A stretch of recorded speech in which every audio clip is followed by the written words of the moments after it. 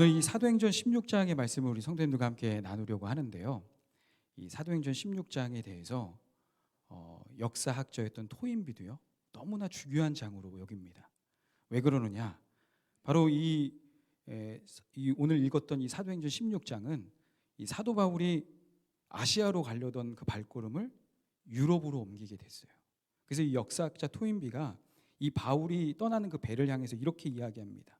드로아에서 바울을 태우고 마게도냐로 갖고 있었던 그 배가 바로 유럽의 역사를 바꾸는 배였으며 유럽의 문명사의 미래를 안고 가는 배였다. 이렇게 이야기할 정도입니다.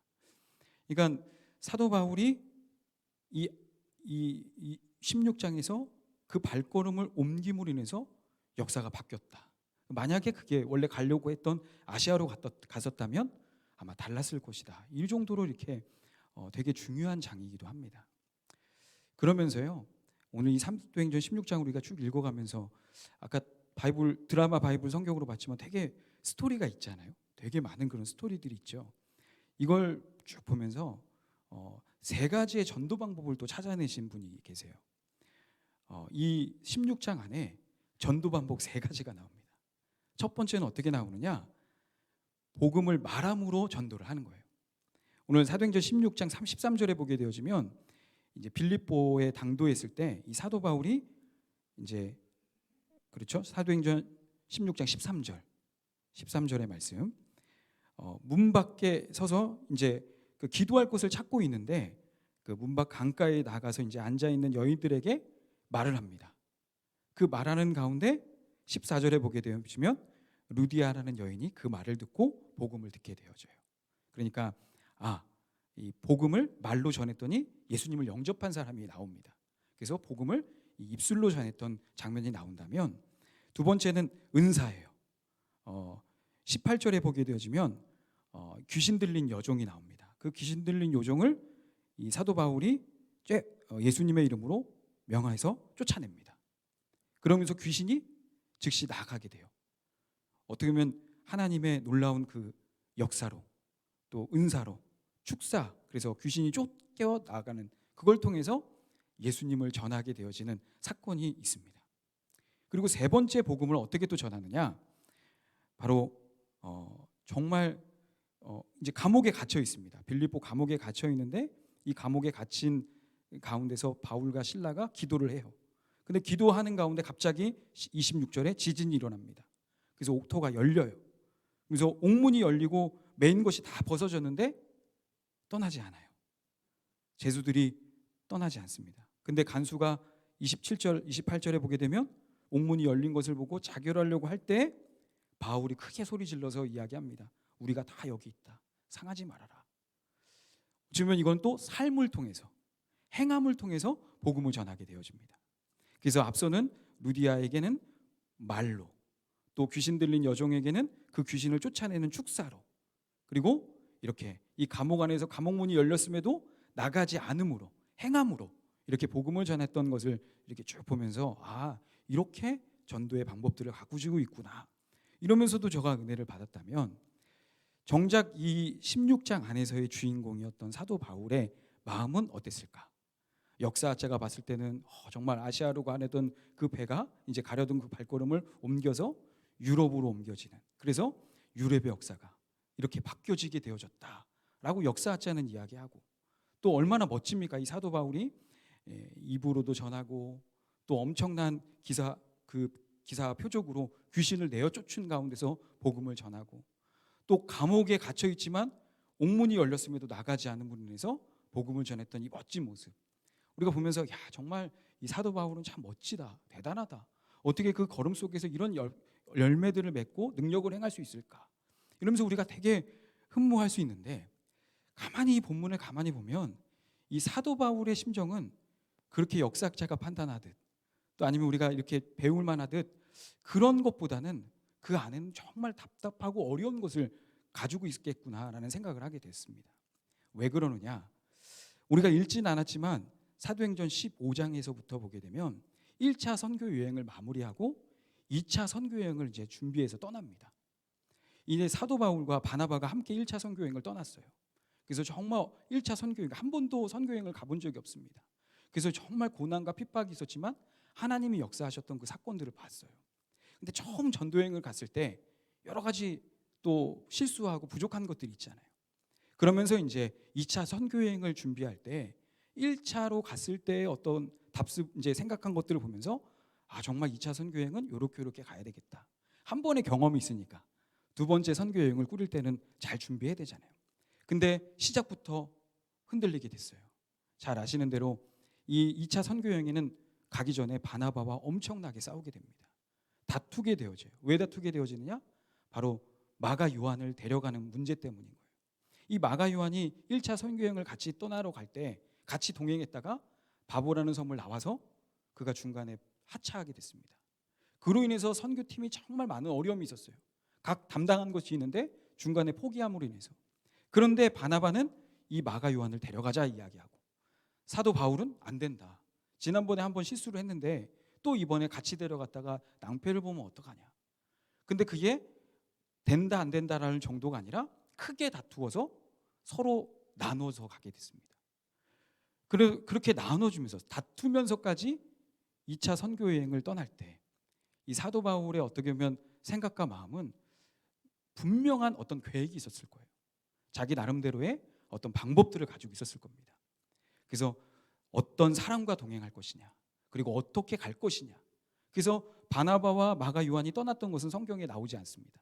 그러니까 분명히 그들도 나가요. 그런데 이제 이 사도 바울은 이제 신라를 데리고 2차 선교여행을 떠납니다. 그가 계획한 대로 1차 선교여행을 갔던 교회를 방문하면서 혹시나 흔들리지 않았는지 다시 한번 그들에게 복음을 전하면서 그렇게 쭉 아시아로 가려고 계획을 했습니다. 아마 두 번째 이 선고 계획은 이 사도 바울이 어떻게 보면 그런 서신을 보게 되지만 아주 철두철미하잖아요. 잘 준비했을 것 같아요. 그래서 딱 일사천리 진행이 될 것 같았는데 아니나 다를까 복병을 만나게 되어집니다. 그 복병이 무엇이냐? 다른 것도 아닌 성령이 가로막는 거예요. 6절, 오늘 본문 6절에 보게 되면 이렇게 이야기합니다. 성령이 아시아에서 말씀을 전하지 못하게 하시거늘. 다른 걸 다 계획했는데 성령이 그분이 막고 있는 거예요. 어떤 건지 모릅니다. 엄청난 폭우 때문이다, 뭐 기후 변화 때문이다, 뭐 여러 가지 문제가 있을 것이다라고 이야기하는데 어찌 됐든 이 사도 바울 안에는 갈 수가 없는 거예요. 내가 계획한 대로 갈 수가 없는 겁니다. 그때 이 사도 바울이 붙잡아야 될 것이 무엇일까요? 자기가 계획한 게 있어요. 정말 마가 요한을 데려가는 문제 때문에도 크게 다툴 만큼 그에게는 너무나 분명한 계획과 목적이 있었습니다. 그래서 정말 그렇게라도 열심히 그렇게 준비했던 건데 성령이 그것을 가지 못하게 했을 때 얼마나 그에게 답답하고 어려움들이 있었겠습니까? 마치 코로나에 우리가 이 팬데믹 코로나로 인해서 1년 반 동안 우리 교회가 아무것도 못했잖아요. 예배도 못 드렸고 계획했던 모든 것들이 멈춰졌던 것처럼 아마 이 사도 바울이 경험했던 것이 그것이 아니었을까요? 기본적으로 계획했던 것과는 전혀 다른 어떻게 해야 될까? 그때 사도 바울이 택했던 것은 바로 기도였습니다. 그렇잖아요. 다른 방법이 없으니 하나님 내가 뭘 잘못했습니까? 어떻게 가야 합니까? 그래서 오늘 사도행전 16장은 아까도 토인비가 얘기한 것처럼 그 발걸음이다. 그리고 전도의 방법이다. 물론 그것도 너무너무 귀한데 이 사도행전 16장 안에서의 주제가 무엇일까? 기도라는 생각을 했습니다. 기도. 이 사도 바울이요. 기도를 하는 가운데 오늘 본문 9절에 보게 되어지면 환상 중에 보게 되어져요. 밤에 환상 중에 바울이 봅니다. 보통 이거 환상이라도 하면 자다가 꿈에서 봤다라고 하는데 그러면 꿈에서 봤다라고 해야죠. 이 바울이 환상 가운데 있었다는 것은 기도 가운데 있었다는 겁니다. 기도하는 가운데 바로 마게도냐 사람 한 사람이 그에게 청하여 마게도냐로 건너와서 우리를 도우라라고 이야기합니다. 그럴 만도 하잖아요. 사도 바울이 잠이나 올 수 있겠습니까? 지금 정말 그에게 있어서는 정말 자기가 그렇게 친했던 바나바와도 결별하면서까지 2차 선교 여행을 단행하고 갔습니다. 그 정도로 그에게는 너무나 중요했던 2차 선교 여행이었을 거예요. 그런데 뭔지 모르게 막고 있어요. 그 막고 있을 때 그냥 아예 모르겠다 잠을 잘 수 있겠습니까? 아마 잠을 잘 수가 없었을 거예요. 그 잠을 잘 수 없는 가운데 막 기도하는 그 가운데서 갑자기 생각하지도 않게 마게도냐 사람 한 사람이 나와서 우리를 도와라라고 이야기할 때 정말 기도 가운데 야, 이게 하나님의 뜻인가 보다라고 생각할 수 있었겠죠. 그래서 그 환상을 붙잡고 이제 우리가 잘 아는 대로 이제 아시아에서 이제 유럽으로 마게도냐로 이제 옮겨지게 되어집니다. 야, 하나님이 여기에 뜻이 있나 보다. 그러면서 이제 첫 관문이었던 빌립보에 도착했어요. 그럼 우리는 벌써 이미 우리는 답을 다 알고 있으니까 하나님은 아시아가 아니라 유럽에 하나님의 뜻이 있었어 라고 우리는 역사적으로 다 아니까 하지만 바울은 아직 그걸 잘 몰라요. 지금 내가 본 게 맞는지. 왜 그렇잖아요. 우리가 기도를 막 하다가도 내가 이게 제대로 왔나? 제대로 가고 있나? 이게 하나님의 뜻이 맞나? 응답을 확신하게 받아도 모를 일이잖아요. 그게 얼마나 마음이 불안하고 그런 게 있겠습니까? 그래서 이 사도 바울이 딱 당도하자마자 야, 여기야 이렇게 한 것이 아니라 상황을 봤겠죠. 근데 뭔지 모르게 보통 사도 바울이 어디를 당도하게 되면요, 반드시 회당에 들어갑니다. 거기에 유대인들이 모이는 회당에 들어가요. 그리고 회당에 가서 이제 복음을 전하게 됩니다. 그러니까 그게 어느 지역에 가도 유대인들이 모이는 회당에 가서 말씀을 전하고 그 유대인들이 받지 않을 때 이방인들에게 복음을 전했던 것이 사도 바울의 모든 선교의 영역에서 늘 했던 것입니다. 그러면 마게도냐에 딱 가자마자 빌립보에 당도하자마자 그는 전도를 하기 위해서 하나님의 뜻이 여기 있구나. 그럼 회당에도 가야 되고 해야 되는데 이 사도 바울이 생각했을 때 아까 말한 것처럼 이게 진짜 맞나? 하나님의 뜻이 맞나? 이런 고민이 그에게 있었던 것 같습니다. 그래서 원래 하던 대로 하지 않고 그는 당도하자마자 뭘 하느냐? 기도할 곳을 찾았다라고 이야기해요. 오늘 본문 13절에 안식일에 어디 가야 돼요? 유대인의 회당에 가야 되잖아요. 거기 가서 복음을 전해야 되잖아요. 그런데 기도할 곳이 있을까 찾고 있었습니다. 우린 보통 그래서 그것을 찾는 가운데서 루디아라는 여인을 만난 거예요. 그러니까 루디아에게 복음을 전해야지. 그래서 입으로 전한 게 아니라 지금 그 얘기도 있었어. 지금 딱 왔을 때 자기가 마게도냐에게 딱 왔을 때 뭔가 딱 당도하니까 하나님이 오라고 해서 왔으면 딱 봤을 때 마게도냐 사람들이 한 번 말을 하는 순간 막 축형 나버 뭐 그런 것처럼 이제 복음을 막 듣고 막 그런 기적 뭐 이런 게 있으면 좋은데 전혀 느낌이 없어 보이죠. 그러니까 이 바울에게 있어서는 이게 맞나? 그러니 그에게 있어서는 하나님 앞에 계속 기도할 수밖에 없는 거예요. 기도하다가 그걸 묻는 가운데서 왜 기도하려고 하느냐 할 때 루디아라는 여인이 그 복음을 듣고 자기 집에 유하라라고 이야기합니다. 14절 15절에 쭉 보게 되어지면 강권하여 머물러 있으라라고 이야기를 해요. 그 이유는 무엇이었느냐? 바로 바울과 실라에게 있어서는 지금 여기에 당도했지만 이게 진짜 하나님의 뜻이 아닌가를 되게 고민하고 있었어요. 그러면서 이제 또 아까 귀신 들린 여인을 만났다고 했죠. 그 귀신 들린 여인을 보게 되면 또 놀랍습니다. 16절에 보게 되어지면 우리가 기도하는 곳을 또 가다가 여기서도 또 뭡니까? 전도하는 게 아니었어요. 기도하려고 지금 찾고 있었습니다. 지금 여기가 맞는지 아닌지 바울에게는 분명하지 않아서 기도하는 것을 막 가고 있다가 귀신 들린 여인을 만나게 돼요. 귀신 들린 여인을 복음을 빨리 전해야 되는데 근데 이 여인은 안타깝게도 이 여인의 신기를 가지고 부리는 사람들이 있었어요. 그래서 실제로 이 귀신을 쫓아냄으로 인해서 매를 맞고 감옥에 갇히게 되어지잖아요. 그러니까 이 여인은 정말 불쌍한 여인인 겁니다. 그럼 불쌍한 여인을 봤을 때 어쩌면 빨리 고쳐줘야 되잖아요. 그런데 다음 우리 17절에 보게 되어지면 이제 17절에 이 여인이 귀신 들린 여인이 어떻게 이야기하느냐? 얘기도 또 맞는 말을 해요. 귀신이 정확하게 알고 말을 합니다. 이 바울과 실라가 가는 곳때마다 이 귀신 들린 여인이 소리를 질러서 이렇게 이야기해요. 이 사람들은 지극히 높은 하나님의 종으로서 구원의 글을 너에게 전하는 자라. 정말 제대로 된 귀신이죠. 네? 정확하게 맞췄잖아요. 바울과 실라가 가는 곳마다 그렇게 얘기를 하고 있어요. 그러니 벌써 이건 내가 얘기하지 않아도 이 귀신 들린 여종이 신기를 가지고 귀신 들린 거 가지고 얘기해 주면 어찌 보면 이게 좀 이걸 이용해서 복음을 좀 전할 수도 있는 거 아니겠습니까? 그런데 앞서 말한 것처럼 이 귀신 들린 여종의 배후에 어떤 사람이 있다는 것을 바울도 알고 있었습니다. 그러니까 함부로 이 여인을 고쳤을 때 그 뒤에 일어났던 일들도 알고 있었을 거예요. 근데 그게 여러 날 반복됩니다. 18절에 보게 되시면 이게 여러 날 반복되어지는 거예요. 그 여러 날 동안 무엇을 하는가? 바울과 실라가 그 여러 날 동안 이 여인이 얘기한 것처럼 복음을 전해야 되잖아요. 계속 바울과 실라는 여기가 맞는지를 계속 기도하고 있었던 거예요.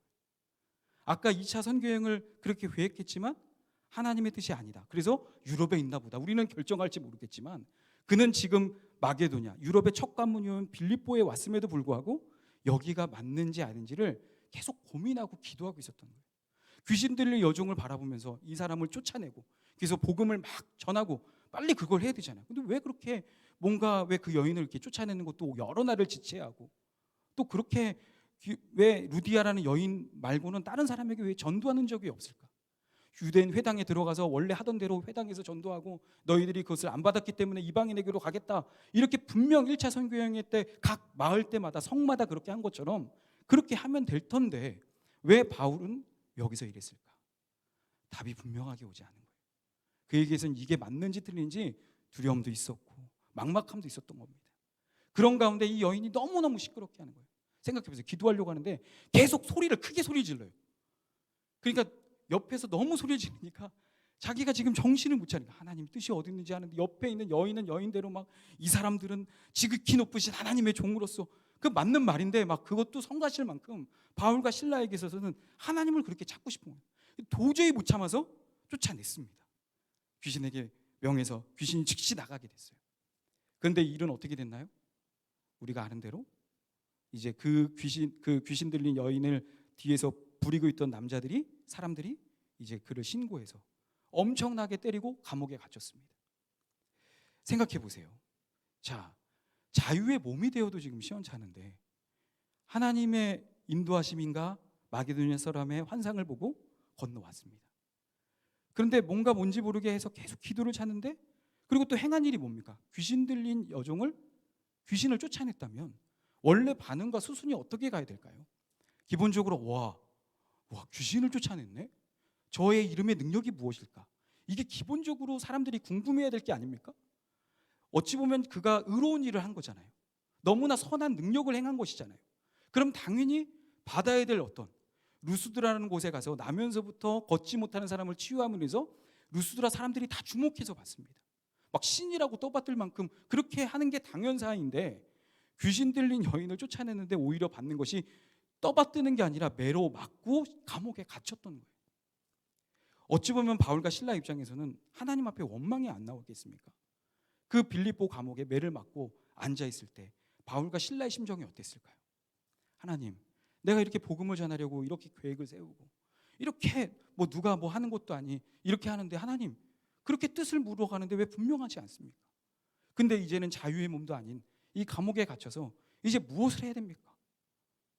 얼마나 그에게 있어서는 계획한 대로 되어지지 않을 뿐만이 아니라 감옥까지 그렇게 갇혀지는 그런 마음이 얼마나 힘들고 어려웠을까요? 이게 아마 이 16장 안에서 바울의 심정이었어요. 그런데 이 기도하는 감옥 안에서 우리가 잘 아는 대로 무엇을 하고 있느냐? 25절에 한밤중에 바울과 실라가 기도하고 하나님을 찬송하게 되어져요. 도대체 앞서 설명을 드리죠. 바울과 실라가 그래 기도는 할 수 있어요. 근데 그 기도가 어떤 기도였을까요? 자유의 몸이 돼야 되는데 자유의 몸이 되지 않았어.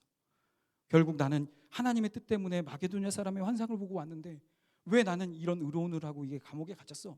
원망하고 아니면 정말 하나님 앞에 좀 이렇게 탄식하는 어떤 그런 기도면 모를까? 근데 그 기도 속에서 갑자기 하나님을 찬양하게 되어집니다. 오늘도 우리 권사님께서 기적의 하나님을 찬양하셨잖아요. 바로 그 시편 57편의 사도 바울의 고백이거든요. 그 정말 사울 왕이 쫓겨가는 한순간에 정말 그 골리앗을 때려눕혔던 다윗이 이제는 한 나라의 범죄자가 돼서 왕과 군사들에게 쫓기는 어디도 기거할 수 없을 만큼 그래서 굴에 숨어 있을 가운데 그런 가운데 하나님을 발견하고 기적의 하나님 정말 능력의 하나님을 노래했던 것이 시편 57편의 이야기입니다. 신기하게요. 분명히 겉으로 봐졌을 때는 이 사도 바울은 원망해야 될 게 당연할 거예요. 탄식해야 될 게 당연한 것 같아 보이는데 기도하는 가운데 하나님의 임재를 보는 겁니다. 그리고 그 기도 속에서 하나님 앞에 찬양하게 되어져요. 우린 보통 이 본문을 가지고 묵상할 때, 자, 우리가 기도하고 찬양하면 옥문이 열려질 겁니다. 그래서 우리가 옥문을 생각하면서 옥문이 열려지길 위해서 우리가 기도하십시오. 하나님께서 그 옥문을 풀어줄 겁니다. 맞죠? 바울과 실라가 찬송과 기도를 할 때 옥문이 열려졌습니다. 그런데 바울과 실라가 여기서 이 본문 안에서 옥문이 열어달라고 기도했을까요? 한밤중에 기도할 때, 찬송할 때 하나님 이 착고가 풀어지게 해주십시오, 이 옥문이 열려지게 해주십시오라고 그 목적을 가지고 기도했을까요? 만약에 그랬다면요, 이런 다음 일이 일어나지 않습니다. 26절에 보십시오. 26절 보게 되면 이제 그 찬송과 기도 속에서 큰 지진이 나서 옥토가 움직이고 문이 다 열리고 모든 사람의 메인 것이 벗어졌습니다. 자, 그러면 야, 기도하기를 내 이 착고가 풀어지고 감옥문이 열어지게 하십시오라고 찬송하고 기도했더니 그렇게 되어졌어요. 그러면 하나님 응답했구나. 그러면서 당연히 나갔어야 되잖아요. 그런데 나가지 않는 거예요. 왜 안 나갔을까요? 옥문이 열어달라고, 착고가 풀어게 해달라고 기도했던 게 아니었던 겁니다. 그에게 있어서는, 바울과 실라는 지금 분명히 그에게 마음 가운데는 뜻대로 되어지지 않았어. 그리고 오히려 의로운 일을 했지만 귀신 들린 여종을, 그 귀신을 쫓아내므로 인해서 그는 당한 것은 오히려 매맞고 감옥에 갇힌 거였어요. 자유의 몸도 시원찮아서 이렇게 감옥에 갇혀서 죄수가 이제 복음을 어떻게 전해, 탄식하고 그렇게 원망할 수 있는 그런 마음 속에서 이 바울과 실라는 하나님 앞에 기도하는 가운데 그냥 그 안에서 어떤 것을 봤을까요? 옥문이 열려지고 하나님께서 자유롭게, 이것이 아니라, 저는 가만히 이 말씀을 묵상하면서 이 바울이 어떤 마음을 가졌을까, 매 순간 저는 좀 그 생각이 들었습니다. 지난번 루스드라 안에서 그렇게 한순간에 나면서부터 걷지 못하는 사람을 그렇게 세워주다가, 그리고 결국 누군가의 또 선동으로 인해서 돌에 맞아서 밖에 내던지는 일이 있었거든요. 근데 그 내던져졌을 때 이 바울이 거의 죽은 줄로 알고 던져졌으니까 만신창이가 됐겠죠. 근데 그런 몸을 이끌고 다시 그 성으로 들어갔습니다. 근데 그 성에 어떤 정신으로 들어갈 수 있을까 가만히 생각할 때 이 바울은 매 순간 자기가 하나님, 내가 나 된 것은 하나님의 은혜다라고 고백을 하잖아요. 그리고 자기는 죄인 중에 내가 괴수다라고 이야기할 만큼 자기는 정말 너무너무나 하나님 앞에 설 수 없는, 자격 없는 존재라는 것을 늘 알고 있었습니다. 그것은 무엇일까요? 그는 간직하는 내내 늘 사도 스데반 집사를 죽이는 그 선동하는 일에 자기가 있었던 것을 얘기합니다. 그리고 예수를 믿는 사람들을 늘 잡는 일에 그가 앞장섰다는 것을 늘 얘기를 해요. 왜냐, 그가 예수를 만나기 전에 그랬잖아요. 그런 내가 이제 예수님의 앞에 서서 이렇게 예수님이 당한 환난, 그리고 스데반을 그렇게 당한 그 환난을 내가 받을 수 있는 것, 이게 얼마나 은혜일까. 처음에는 자기가 계획한 걸 생각했어요. 그 계획한 것이 안 될 때 낙심이 되고 화가 날 만도 하겠죠. 근데 지나고 보니까 그것이 중요한 것이 아니라 내가 어찌됐든 모든 것 동에서 어떤 상황이든 내가 하나님 편에 내가 서 있다는 것이 얼마나 감사할까. 그러니까 한밤중에 그렇게 기도하는 가운데 그가 깨달았지 않았겠습니까? 그래, 하나님께서 지금 이 순간에 데려가셔도 하나님의 뜻이라면, 그래도 내가 만약 주님을 만나기 전에 그렇게 예수님을 믿는 사람들을 잡는 일에 그렇게 내가 매진할 때 내가 그때 죽었다면 어떻게 될 뻔했을까. 그래도 내가 하나님 편에 쓰임 받을 수 있는 이 순간이 감사하구나. 아마 그 기도의 속에서 이 사도 바울은 그런 감격들이 매 순간 일어났을 것 같아요. 그러니까 앞으로 되어질 일이 아니라 지난 그 모든 시간 속에서 감사, 정말 그 감사들을 느끼게 되니 하나님 앞에 찬양하게 되어지는 겁니다. 그냥 한밤중에 기도를 하는데, 빌립보 감옥이요, 물로 차져 있는 감옥이랍니다. 물이 이렇게 발목까지 이렇게 오는 감옥이었대요. 그러니까 그냥 단순히 평범한 어떤 그런 감옥도 아니고 물이 있는, 습기가 있는 그런 곳에서 하룻밤을 지내고 착고에 차 있다고 생각해 보십시오. 얼마나 불편하고 찝찝하고 그랬겠습니까? 그리고 매를 맞았잖아요. 예수님이 십자가에 달리시기 전날 매 맞는 것처럼 아마 그런 여러 가지 상처들이 그에게 있지 않았겠습니까? 그러니까 단순히 앞날에 대한 것만이 아니라 그가 당한 그 고통과 어려움을 생각할 때 이루 말할 수 없는 복잡한 심정이 그에게 있었을 거예요. 근데 그 모든 복잡한 심정 속에서 하나님을 발견하는 겁니다. 내 영혼이 확정되고 확정되었음을 다윗과 같이 막 노래하고 있는 거예요. 이루 말할 수 없는 감격이 그에게 쏟아지는 겁니다. 제수들이 들었다는 겁니다. 제수들도 뭐 옥문이 열려주고 가면 그냥 뭐 누구 말도 들을 것 없이 그냥 가야 되잖아요.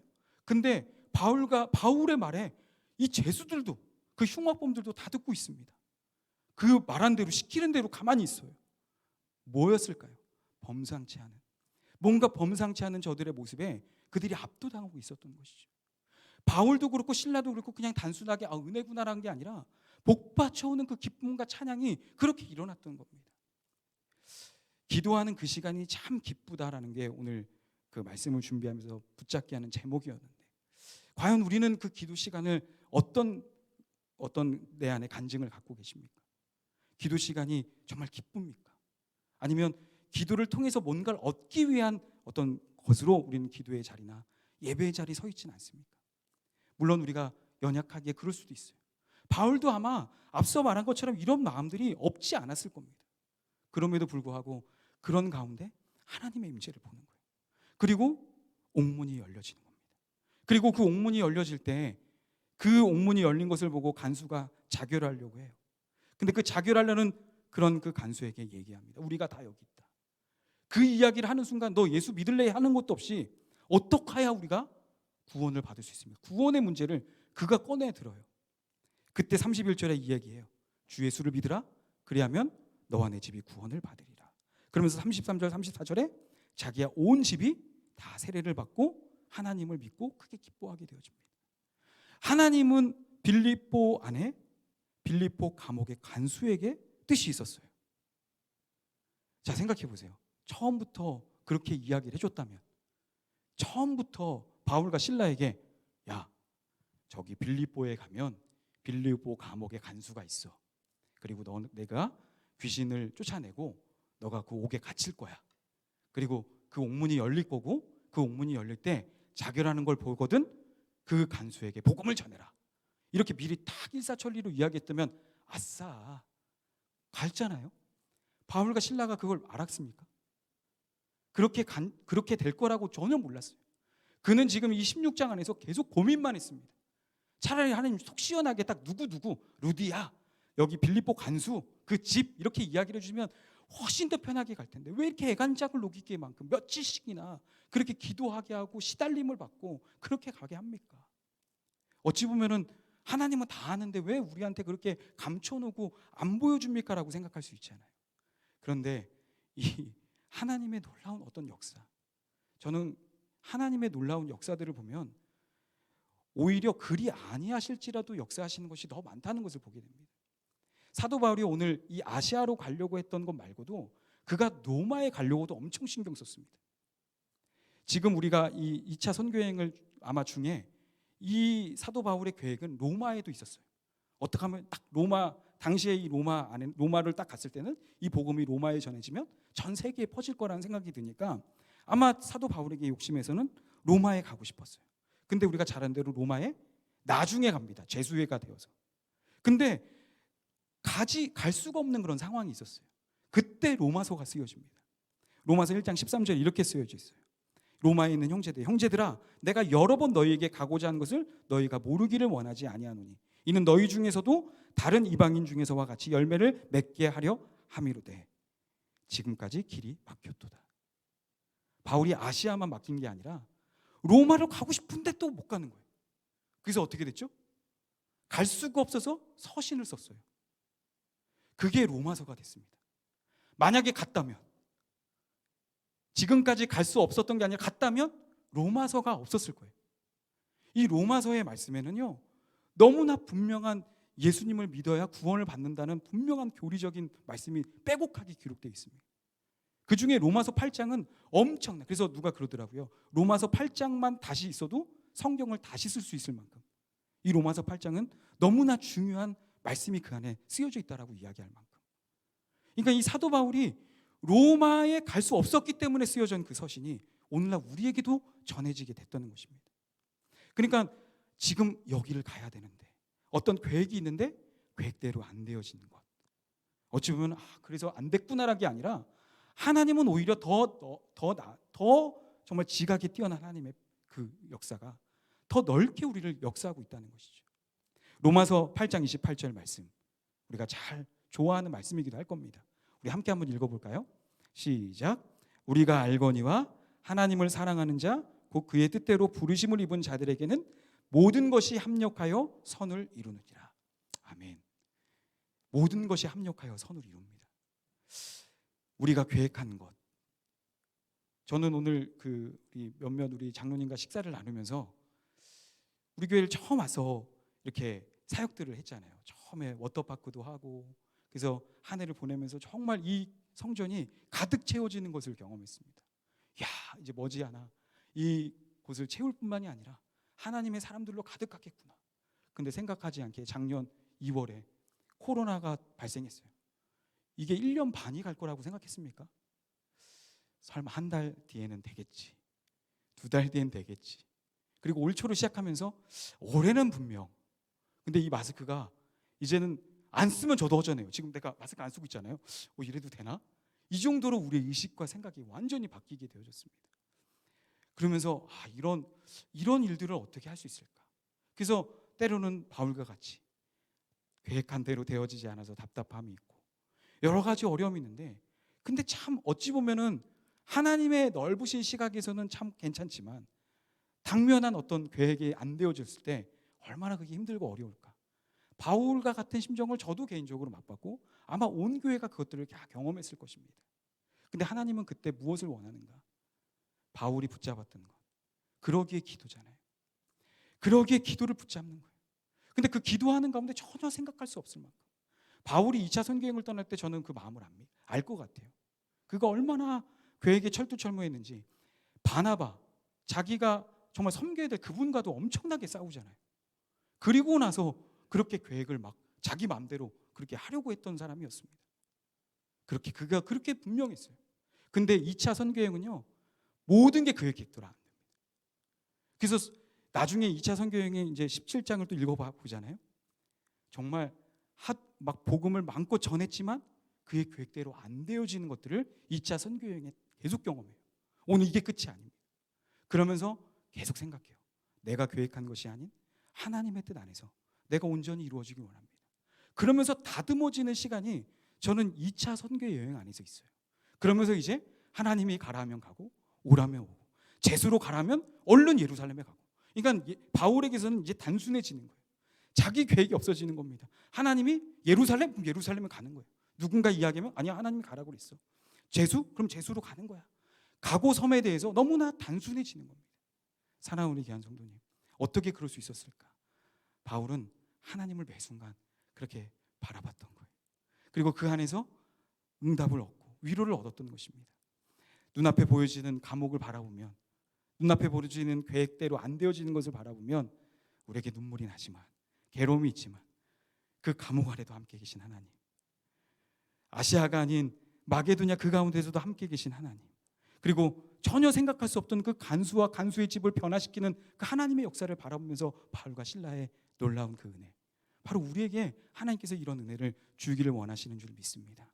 오늘도 기도하는 이 자리를 통해서 하나님이 함께 계신 것을 누리고, 그리고 주님께서 주시는 그 계획을 따라 모든 것이 합력하여 선을 이루신 하나님, 우리의 삶 가운데 버려진 것이 아무것도 없이, 그래서 정말 멋진 삶이잖아요. 감옥 문이 열렸음에도 불구하고 도망가지 않아요. 죽고 삶에 대해서 이제 하나님 앞에 내어 맡긴 사람, 너무나 멋지게 주의 그 복음을 그렇게 나누었던 것처럼 우리 귀한 우리 성도님들이 이와 같은 삶을 사시는 은혜가 있기를 예수님의 이름으로 축원합니다. 이제 우리 함께 찬양하고 기도하겠습니다.